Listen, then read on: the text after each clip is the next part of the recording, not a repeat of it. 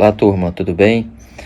O assunto hoje é sobre um artigo, tá, que saiu no Jornal de Medicina Felina sobre sedação, né, nos pacientes felinos, principalmente para fazer procedimentos. A gente teve um encontro relacionado a esse tema ano passado, né? Vou deixar a descrição para você desse encontro, né? Isso foi no grupo de discussão. Só que esse artigo ele é um pouco diferente, né, do que a gente abordou no encontro passado, mas também muito interessante porque a gente sabe, alguns pacientes nossos, né, alguns pacientes felinos, eles precisam realmente de fazer sedação para determinados procedimentos, né? Isso vai desde uma coleta de sangue, né, uma avaliação melhor da cavidade oral, um doador para transfusão, certo? E muitas vezes também para se coletar exames, né? E aí, eis a grande discussão, né? A gente sabe, já tem artigo relacionado, a gente sabe também na prática que determinados protocolos anestésicos, determinados sedativos, né, podem realmente alterar uma variável grande de resultados de exames. Isso vai desde bioquímico, resultados de hemograma, de ecocardiograma, ultrassom, certo? E é muito importante que a gente tenha esse entendimento para a gente tomar decisões, né? E muitas vezes não interpretar de uma maneira precoce ou errônea, né, equivocada, os resultados de sangue, os resultados de exames, seja hematológicos, bioquímicos ou até mesmo de imagem, né? Então, esse artigo, né, que eu vou abordar agora, tá? A gente vai justamente conversar um pouco sobre os resultados dele. Basicamente foram usados 3 protocolos, né, com substâncias diferentes, e eles compararam, né, qual a alteração que eles viam, né, nesses pacientes, né. Então foi esse artigo aqui, tá, do Journal of Feline Medicine and Surgery. Foi uma comparação, né, do efeito de 3 protocolos de sedação via intramuscular, e aí eles focaram aqui no número de hemácias, né, ou seja, no hematócrito, e proteína total, né, nesses pacientes, nesses gatos, tá? Então, o objetivo principal desse artigo foi investigar as alterações justamente nesse hematócrito e proteína total em gatos após esses protocolos de sedação. Foram 30 gatos, então esse é um número não tão grande, mas eles conseguiram dividir esses 30 gatos, né, em 3 grupos, certo?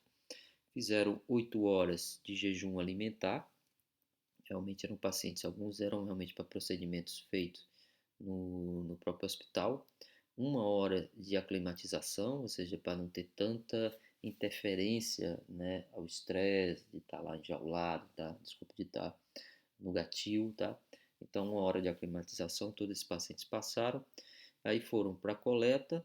Essa coleta foi geralmente via safena ou cefálica, e analisaram hematócrito, proteína total, hemoglobina, glicose, lactato, sódio, potássio, cloro e cálcio iônico, certo? Depois esses pacientes foram sedados, né? Eu vou mostrar para vocês os 3 protocolos de sedação, que são protocolos bem usados, utilizados em gatos. Depois da sedação, depois de 25 minutos de sedação, esses pacientes foram classificados em score de sedação, tá, de acordo com o artigo que eles referiram. Esse score de sedação ele foi praticamente para ver o grau, né, de sedação, de quanto o paciente se deixava ser manuseado, tá, depois desse protocolo de sedativos, e fizeram uma nova coleta, né? Então, depois de 25 minutos, eles fizeram o score de sedação, uma coleta, e justamente repetiram esses analitos, tá? Repetiram todos esses parâmetros para realmente comparar o quanto que dava de diferente nesses gatos, né? Quais foram os protocolos? Foram intramuscular, como a gente já comentou. O primeiro protocolo, metadona 0,2 mg por quilo, metadona é um opioide, né? Muito utilizado, uma resposta excelente em gatos. A cepromazina, 0,02 mg por gato, por quilo, um fenotiazínico. E protocolo 2, também metadona, 0,2 mg por quilo, mais a dexmedetomidina, tá? Também um alfa-agonista, né, é um alfa-agonista e também muito utilizado na clínica de felinos, que realmente auxilia bastante a gente, 5 microgramas por quilo. Um terceiro protocolo, que aí eu não tenho, né, acredito que a maior parte dos colegas do país não tem muito experiência com alfaxalona, porque ela dificilmente é encontrada no Brasil, né? Mas eles fizeram esse protocolo, metadona, midazolam, entrou aqui um benzodiazepínico, também bastante utilizado na clínica, e a alfaxalona, tá? 2 mg por quilo, todos esses protocolos aqui por via intramuscular. E o que foi que eles perceberam? Esse score de sedação, né, ele variou entre os grupos, mas esse terceiro protocolo que tinha, né, alfaxalona, ele foi mais, digamos, mais eficiente na sedação, no score de sedação, tá? Midazolam e acepram, desculpe, metadona e acepram um pouco mais baixo, e aqui nível médio a metadona, tá? A dexmetomidina, nesse terceiro grupo, nesse segundo grupo, também teve uma sedação média. Não diferenciou grande coisa, mas claro, aqui nesse protocolo com 3 fármacos, o sinergismo entre os fármacos pareceu realmente ter um score de sedação maior. Resultados referentes, né, às alterações que esses pacientes tiveram com os protocolos de sedação, tá? Nesse primeiro quadro aqui de glicemia, percebam que houve um aumento, né, nessa taxa, principalmente no protocolo 2, que tinha dexmetomidina, que ela é um hiperglicemiante, tá? Então perceba que o antes esse ciclo, depois teve um aumento, né, dessa glicemia. Isso aqui, apesar de eles terem tido aquele cuidado de aclimatizar o paciente, tá? Aí não se sabe o quanto que tem de interferência em relação ao estresse, mas que percebeu-se realmente que no protocolo com dexmetomidina tem um aumento da glicemia desses gatos, tá? No quadro ao lado, que foi aferido o lactato, também antes, né, houve uma diferença aqui no antes e depois, né, no protocolo com metadona e acepromazina, esse lactato ele caiu, tá? No protocolo de metadona e desmetomidina, também antes estava maior e teve uma queda também, como no protocolo 3. Tá? Isso está relacionado até pela questão, principalmente hemodinâmica, né, de se gerar de qualquer forma, uma hipoperfusão periférica. Então, e nesse outro quadro, percebam a grande diferença que vai ser entre o antes, tá? Entre o antes e o depois, né? Então, o círculo é antes da sedação, quadrado depois da sedação. Então, vejamos aqui, ó, hemoglobina, proteína total e hematócrito.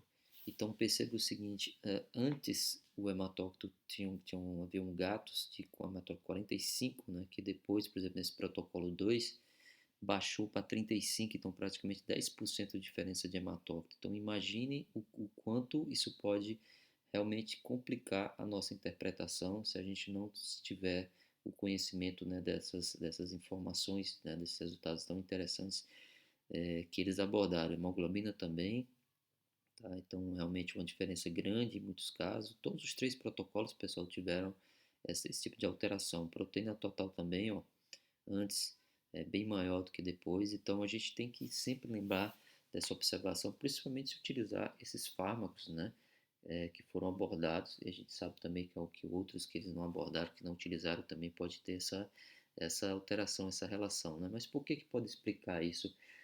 Existem alguns mecanismos, né, que eles comentam no artigo, tá? Nesse período perianestésico, né? Por exemplo, a administração de fluido, pode ter uma diluição aí desse hematócrito, diminuição da resistência vascular, né?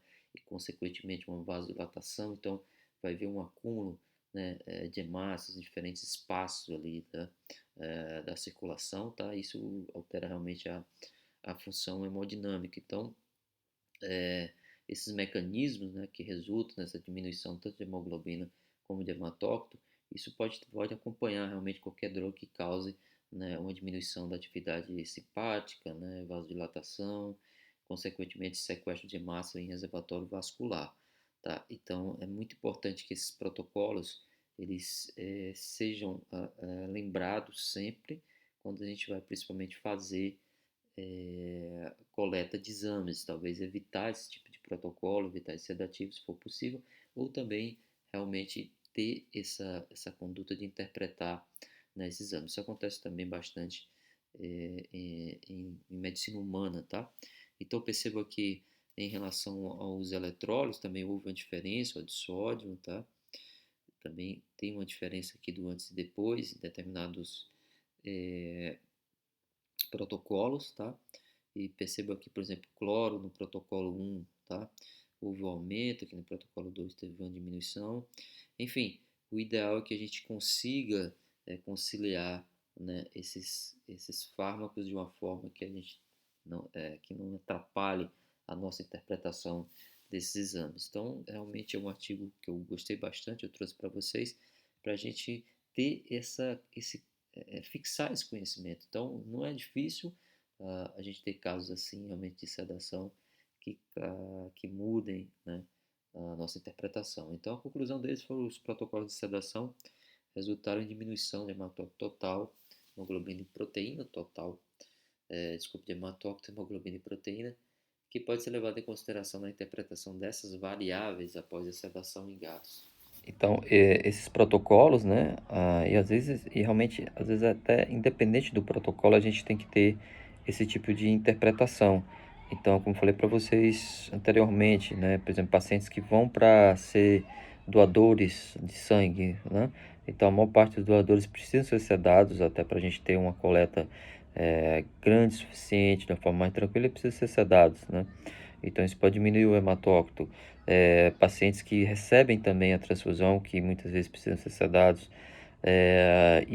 Enfim, coleta de exame, qualquer exame, né? Hemogramas que a gente precisa coletar de um gato que é irracível, que precisa de uma sedação, e a gente coleta, está 10% a menos. Será que não tem interferência realmente nesse processo de sedação dos fármacos que foram utilizados, né? Isso também valendo glicemia, proteína total, como a gente viu nesse artigo. Então, tudo isso é questão de interpretação, né? Acho realmente que a gente precisa estar de olho, né? Porque, sem dúvida alguma, a sedação é um procedimento que a gente faz de uma certa rotina na clínica, né? A gente evita, tenta fazer o atendimento mais simples possível, né? No paciente felino, né? Na metodologia cat-friend, e pelo menos para tentar fazer, né, um atendimento mais rápido possível, focado, objetivo, né, no grande jargão, né, que é o menos é mais. Entretanto, muitas vezes a gente não consegue realmente, sem uma sedação, tá, fazer algum tipo de procedimento. Então é isso, pessoal. Espero que tenham gostado, tá? Compartilhem, curtam o vídeo e a gente se encontra até mais, tá bom? Muito obrigado.